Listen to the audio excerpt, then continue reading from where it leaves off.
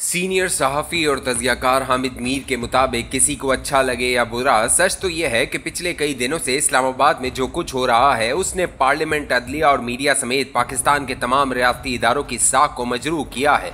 पूरी कौम 25 और 26 के खेल में फंसा दी गई। चीफ जस्टिस काजी फ़ाइज़ ईसा ने 25 अक्टूबर को रिटायर होना है। शहबाज शरीफ हुकूमत का ख्याल है काजी फ़ाइज़ ईसा चले गए तो हुकूमत कमज़ोर हो जाएगी। उन्होंने हुकूमत को बचाने के लिए 25 अक्टूबर से पहले 26वीं आईनी तरमीम मंजूर कराने के लिए सर धड़ की बाजी लगा दी। 25 और 26 के इस मनहूस खेल में बहुत से चेहरों के नकाब उतर गए। किसी की जमहूरियत पसंदी फ्रॉड निकली और किसी की आइन पसंदी ड्रामा निकली। कुछ ऐसे भी थे जिनको मैं फसली बटेरे और बिकाऊ माल समझता था, लेकिन इस खेल में जिस्मानी तशद्दुद के बावजूद उन्होंने अपने ज़मीर का सौदा नहीं किया। 26वीं आईनी तरमीम का इब्तदाई मसौदा देखा तो यकीन ना आया कि ये आज़म नज़ीर तारर ने तैयार किया होगा, जिनको मैं पहली दफ़ा आसमा जहांगीर के साथ मिला था। ये मसौदा पाकिस्तान में एक गैर एलानिया मार्शल लॉ लगाने के मुतरादिफ था।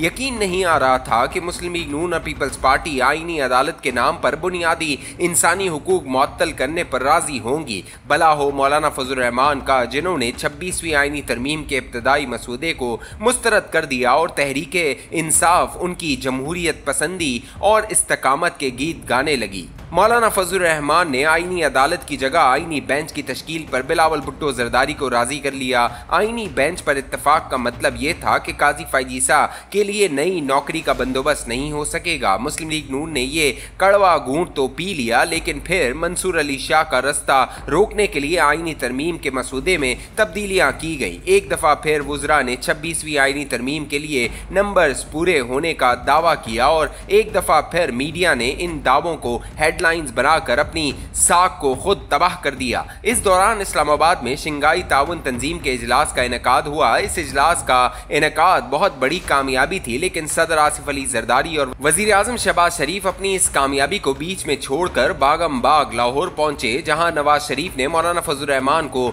एक डिनर पर मदऊ किया था। नवाज शरीफ इस गलत फहमी का शिकार थे कि मौलाना साहब राजी हो चुके हैं और डिनर के बाद मौलाना उनके साथ खड़े होकर 26वीं आईनी तरमीम के हक में बयान जारी कर देंगे। अभी डिनर शुरू नहीं हुआ था कि मौलाना फजल रहमान के साथ वहां मौजूद उनके एक साथी MNA को धमकी आमेज फोन कॉल मौसूल हुई, जिसमें कहा गया कि अगर आपने 26वीं आईनी तरमीम के हक में वोट न दिया तो इसके संगीन नताइज निकलेंगे। जब इस धमकी से मौलाना को आगाह किया गया तो उन्होंने अपने मेहरबानों से कहा कि आप हमें अपना मेहमान बनाकर धमकियां क्यों दिलवा रहे हैं। बहरहाल वजीर आजम शहबाज शरीफ ने सूरत हाल को वक्ती तौर पर संभाल लिया। आईनी तरमीम की मंजूरी मुलतवी होती रही और इतवार का दिन आ गया। इतवार के वाकयात में किसी के लिए कामयाबी और किसी के लिए नाकामी है, लेकिन नहूसत अभी ख़त्म नहीं हुई। 25 और 26 के इस नहूस खेल ने बड़े बड़े सियासतदानों और जमातों को बोना बना दिया। रहनुमा रहनुमा न रहे, जज जज न रहे और सहाफ़ी सहाफ़ी न रहे।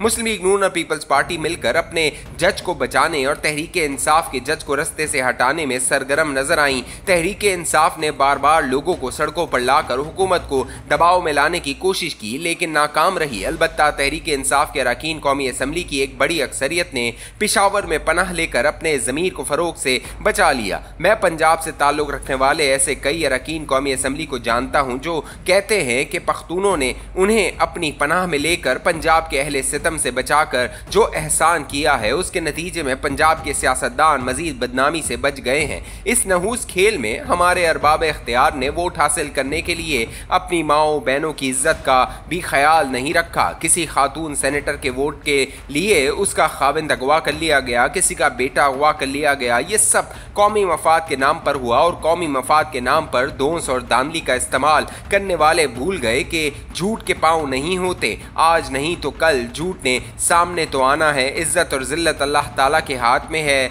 झूठ बोलने वालों को कभी इज्जत नहीं मिलती। 25 और 26 के मनहूस खेल में शामिल सब किरदार जल्द नमूने इबरत बनेंगे।